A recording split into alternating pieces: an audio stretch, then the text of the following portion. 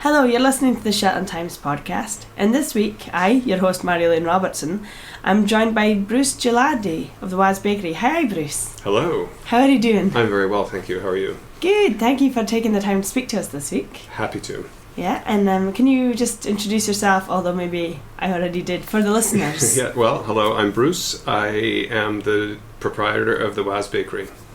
And when did you come to... Did you buy over the bakery? I did. I bought it just over a year ago in August of 2016 from Charlie Hodge. This is amazing. So this is just over a year of you working the bakery. Well, yeah. I mean, it was a long process. I was visiting an ailing auntie a couple of years ago here in Waas, and staying with a friend when I discovered the bakery was for sale. And out of just idle curiosity, you kind of knocked on the door and was really surprised by what I saw, because as you know, there's much more to the bakery than what it looks like from the outside. It's bigger and it's pretty complex. It's a big operation, or it's bigger than what you would think from the outside. And a TARDIS, if you will. I beg your pardon? A TARDIS. The Doctor Who's time-traveling police box. Sorry, nerdy. I don't know that, because I grew up without television. So. Oh, okay. At any rate, the more I learned, the more I thought, it was a really great, it had a lot of potential. And then I had to wonder, would I be able to live in Shetland? Because even though Shetland has always been part of my life, because my mother's from here, it had never occurred or crossed my mind that, like, to actually live here. Yeah. But then when I looked at Shetland through those eyes, I thought, wow, not only could I live here, I think I would really enjoy living here, and indeed I do. I love it. I think it's fantastic. So had you visited many times before? I had only visited a few times before. Okay. I came when I was a teenager, when I was doing my Eurail backpack tour through Europe, and I actually came to visit my Aunt Bess, and we were here in Waas, just down at the end of the Vaud there at Pointe-Étain. Oh yeah. And saw, met lots of relatives, and that's when Commercial Street was still bustling, and really, really loved it and thought it was great, and tried to come back numerous times, but it was always so difficult time-wise and expense-wise. I in fact, I lived in Zurich, Switzerland for a long time, and thought, I should be able to get to Shetland, but I mean, it was really difficult to do that. So I didn't get back until Heimfern, which is 2010. Oh, of course, that was the year of the Heimfern. Yeah. Ah. And my mom was able to come back. Coincidentally, she's been back for all of them, and because they're only every 25 years. Yeah. And the first two, I think it was just a coincidence that she happened to be here, because she taught at the Central School in the 50s. Oh, okay. She was a gym teacher. But anyway, 3 of my 4 siblings and I came with my mother in 2010, and we just had a ball. I mean, we had so much fun, nonstop, every day, from early morning until late at night, and there was no night anyway because it was over the Simmerdown. We went everywhere and saw people and went for long hikes and picnics, and it was just great. It was wonderful. Did you have any inkling then that you could be able to live here in future? No, but I knew I had to come back Yeah. and visit Bess more and just enjoy more of Shetland, because seeing it through adult eyes, of course, I could understand the complexity of the culture and the beauty of the landscape, because when you're a teenager, the cliffs don't mean that much to you, but as an adult, you really realize how stunning and exceptional they are. So where were you born then, to give contrast to what Shetland's like? I was actually born in Southern California, so it couldn't be more different than Shetland. That's amazing. Whereabouts in Southern California? Actually Orange County, which is right near Los Angeles. Oh, cool. But there's a fun story, because if you look across the Vaud there, that's called Burnside, that little white house. Yeah. And the son from that house, David Georgeson, he was a baker. And the daughter from the house next to the bakery, which is Springfield House, yes. She was an Inkster. So she was my grandmother's first cousin.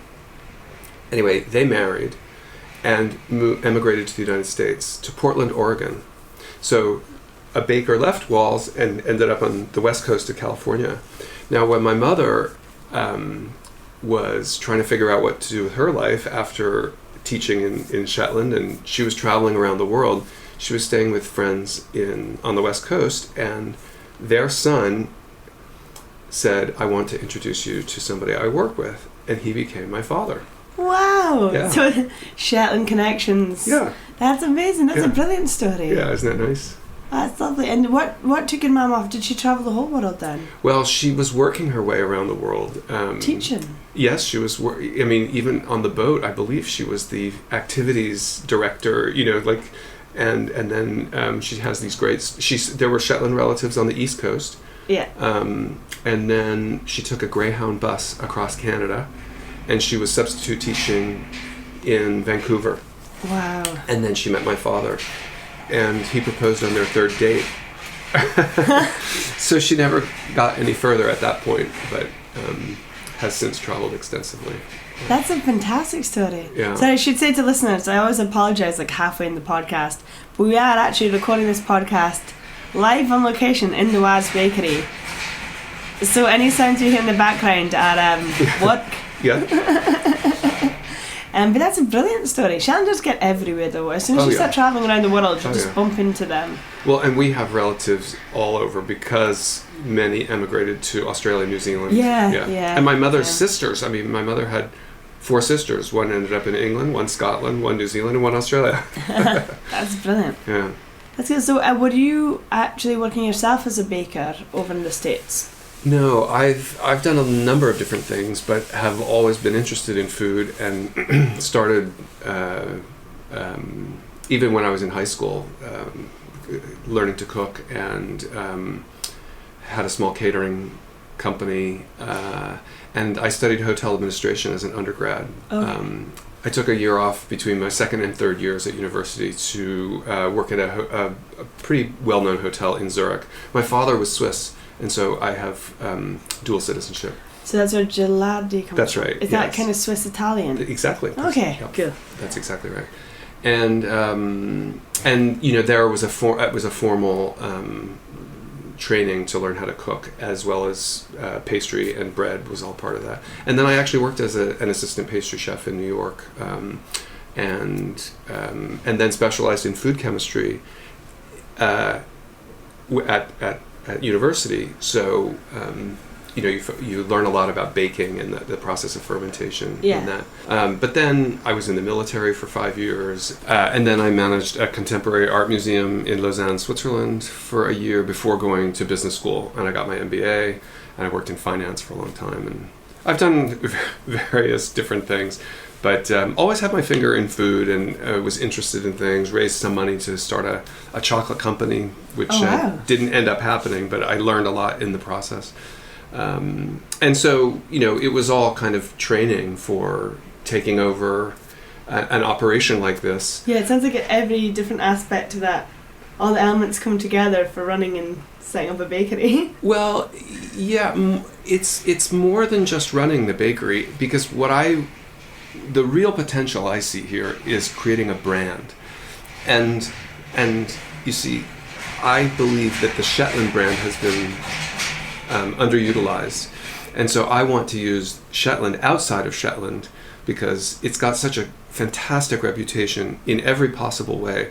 And why shouldn't there be Shetland shortbread and Shetland oatcakes and Shetland water biscuits? I don't know if you've tried those products that we make, but yeah. I think they're really great, and I think the rest of the world would just love to try them. And because we make our shortbread with Shetland butter. We get the dairy makes unsalted butter just for us, and it's so good and so fresh, and that's why I think it's really exceptional, and at least to the people I've given it to outside of Shetland, they really love it. So not only do we want to make the best possible products for the market here, because I think they're kind of underserved, and then really build the brand outside of Shetland too. That's amazing. That's very similar as well to what I was speaking about with Akshay several weeks ago on the podcast, and he's looking at it from the kind of fresh fish, sure, that part produce as well. But it's the same idea. He just says the standard here is so good. Oh yeah, that you could ship it out. Yeah, and in fact, I met somebody last year in Lerwick who buys fish from Shetland for the Southern California market, and he says he always uses Shetland in marketing it because people, when they see and hear Shetland, they just think quality, clean, pristine environment, genuine, all these things that you want associated with the brand. But I think when you live here, you do take it for granted. Yeah. You forget. Yeah. Well, that's why I think it's important for people to travel, because you don't really realize what you have until you see it, through the eyes of somebody from the outside.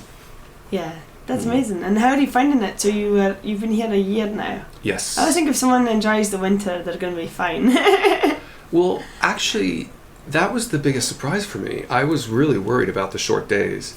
It's not cold here. I mean, this is nothing compared to New York or some of the other places where I've lived, which are much, much colder. Yeah. Never had this much wind before, but I find the light here in the winter, even now in the fall, as the sun is getting lower in the sky, I find it captivating, and the colors are much richer, and so the biggest shock to me was as the days started getting longer in the springtime, I actually didn't like it. I was like, no, we need a little bit more. It's like the low sun. Yeah, it's really nice, and it's comforting in a way. I don't know. I suppose the benefit as well of working in a bakery is you don't miss the day. Absolutely. Yeah, it's one of the few jobs where you only have to go to work in the dark, but when we're done, you can still enjoy part of the day, whereas most people have to go to work in the dark and come home in the dark.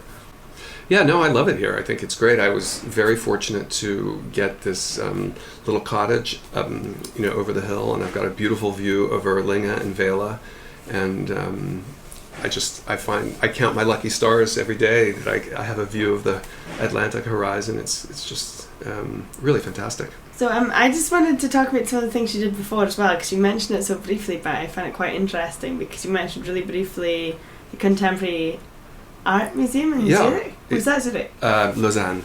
Oh, okay. Yeah. And also the Navy. Yes. Yeah. I just wanted to hear more about your own story. Okay. Well, we'll start with the Navy because that was first. Yeah. There's my father actually was in the Navy, the United States Navy. Even though he was born in Switzerland, he was brought up in the United States, and served at the end of World War II on submarines. Wow. And I'm one of 5 children, and the middle, and university, as you know, is very expensive in the United States, especially the top universities. And there's a program whereby the military will pay for your education as long as you serve as an officer for every year that they pay for your education. So it's usually 4 years. When I graduated, I got a job with the Navy nuclear program, and they made me extend a year. If they said if you're going to have this special job, then you have to give us an extra year, which I was more than happy to do because it was a really elite organization, and I got to work with a 4-star admiral and really some of the best and brightest in the Navy. And I was a contracting officer, and I bought components for nuclear reactors for submarines and a few surface ships, but mostly submarines. Were you land-based then? I was land-based mostly, okay. Yeah. I did go out on submarines a number of times to, check things out, but I was always, everybody was always scared of me because I was the headquarters guy, okay. and things would get back. But being on a submarine is a fascinating experience. This might be a bizarre question. Did you go underwater with the submarine? Of course, yeah, that's their...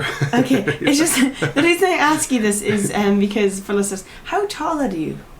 Oh, I'm 6'1". But are you not too tall to be on a submarine? No, submarines are built for, tall people. Okay. And they're not small, they're not... Sorry. Yeah, that's all right. Well, if you've never been on one, I mean... There are numerous submarines that are now museums, so if you ever find yourself where there is one, it's worth checking it out. I mean, a nuclear submarine is an astonishing feat of technological... I mean, it's unbelievable, how they put a nuclear reactor on this tiny vessel, and that's what's used for propulsion. It's an amazing thing. And they're not small. It's not claustrophobic, but it's hard. I mean, they went out for months at a time. Were you out for months at a time too? 6 weeks was the longest that. That still seems like a really intense time to be somewhere where, like 6 weeks underwater, like submerged the entire time. Most of the time. Wow. There are times when you go up. Well, the whole point of being on a submarine at that time, this was during the Cold War, was to be invisible. And so it was this cat and mouse game constantly with the Russians. Yeah. And actually one of the most beautiful experiences I had in my life occurred on one of these trips where we surfaced at night in the middle of the Atlantic Ocean. And I was on watch, and I got to go up in the sail of the submarine. So I was, above the surface of the water in the middle of the Atlantic in the middle of the night, and it's just one of the most beautiful experiences. Just stars everywhere. It's like a fireworks display of shooting stars, and there's phospholuminescence on the hull of the boat, so you can see it glowing, and the silence. It was just I get goosebumps just talking about it. In Shetland we call it Maria. The phosphorescence. Oh, right. But you see it here. Oh, you can, yeah. Yeah, sure. Yeah. I was swimming in it a few weeks ago. Oh, really? Cold, but amazing. With a wetsuit? No. Wow. Because it was there when I was walking along the beach at night, so I just thought I'll run in and go for a swim. You're hardier than I am. But it's beautiful. But that sounds amazing to be in such a somewhere where the stars are so bright because there's absolutely no light pollution. It's incredible, yeah. So you're on submarine during the Cold War? Yes. Yeah, and we did. We literally tracked Russians, and we like to say they never tracked us because if they ever discovered us, we were able to avoid them. And many people credit the submarines with winning the Cold War because it basically bankrupted Russia. Because they're just trying to constantly find you. Well, and they were trying to keep up with the technology, which was very, very expensive. That's amazing. Mm. Yeah, well, you can. There are many books about it if you're really interested. Yeah, in it. I need to. I know, and it's all those things that is having no knowledge of submarines. I'd be like, oh, it must be claustrophobic, and you are too tall. I am wrong. Yeah, no, they're big, and. How big was for instance, the one you're on it? Well, there are two different types of submarines. There are attack submarines and ballistic missile submarines. And the ballistic missile ones are much bigger. I think they're 300 meters long or something. Okay, yeah, wow. They're huge. Jeez. Yeah. Yeah. And how many folk would be on that? Sorry. I don't remember. I'm so sorry. It's been a whole other world to me. Yeah. It's... we were talking about bakeries and then... It's been a long time, so, 50, 60. People, okay, cool. Yeah. That's amazing. And then, so also you went from that to... Did you go from that straight into contemporary art? I did. That was an interesting transition. So I was my time in the military.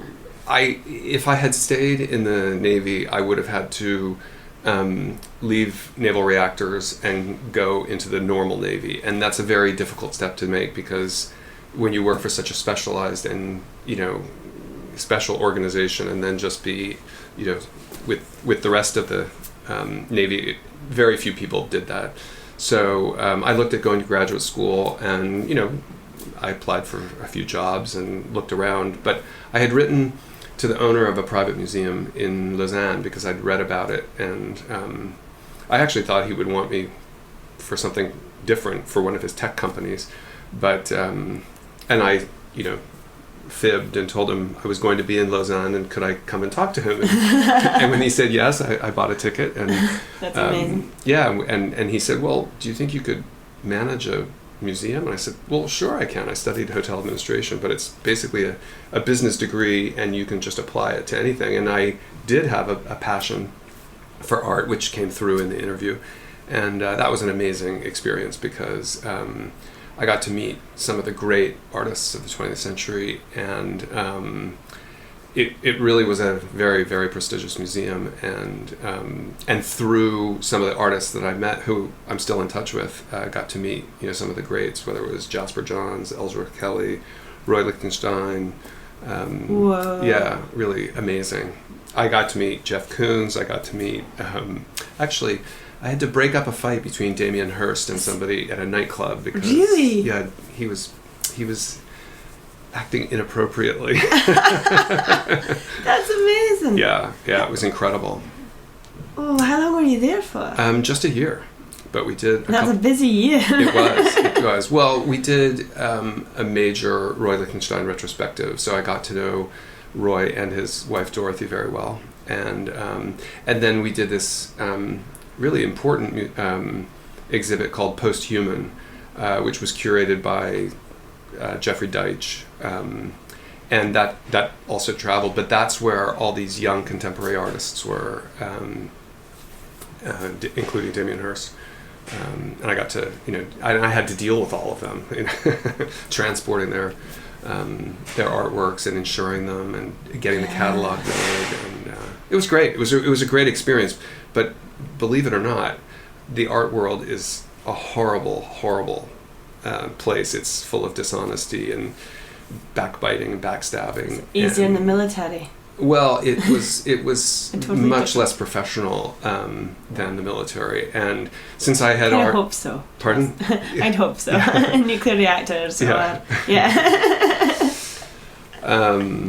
But I had already been accepted to business school, and thankfully they deferred my acceptance for a year. So even after 6 weeks, I was like, okay, I want to go next year, and so I had a place. And getting an MBA was just another tool that I could use to apply. And I always wanted to be an entrepreneur, but right out of school, I got a great job offer from Goldman Sachs, and at the time, it was the most prestigious bank on Wall Street, and I thought, and I had some serious debt to pay off. So I did that, and it was, of course, that was a wonderful learning experience too. Got to work with incredible people and do some amazing travel. I learned a lot, so it was great. That's amazing. That sounds like another story I'd love to hear, but I've almost been talking about half an hour already, but thank you so much. Oh, you're welcome. That's amazing. And have you, just last question, because I'm not sure how much you can say or if you've started on it or not yet, but you said you wanted to bring the Shetland brand to a wider audience. Yes. Have you made tracks in that already, or there? Well, the only progress we've made there is working on packaging. So I'm working on packaging right now with Shaw, which is a local marketing agency. Yeah, Isabel. And once that's in place, then I can start thinking about more exports. But I still have quite a bit of work here to do. I still have, I need a little bit more manpower. There's some equipment that needs updating or replacing.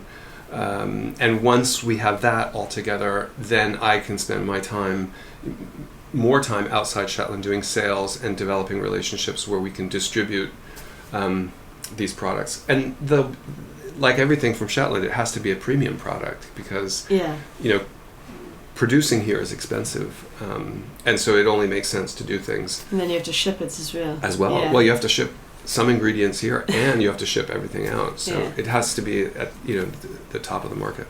Yeah. Well, thank you for taking the time to speak to us today. Oh, you're welcome. Really interesting. Oh, really glad you ended up in Shetland. I'm thrilled to be here. And as I always say, like when people ask me, what's the best part about it, and I know I don't want to sound like a sycophant, but like I always say, it's the people, because Shetland. I mean, the Shetlanders have embraced me as if I'm coming home. I mean, they've been incredibly supportive and encouraging.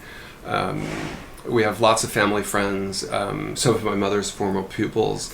It's been really, really wonderful, and I couldn't feel more welcome.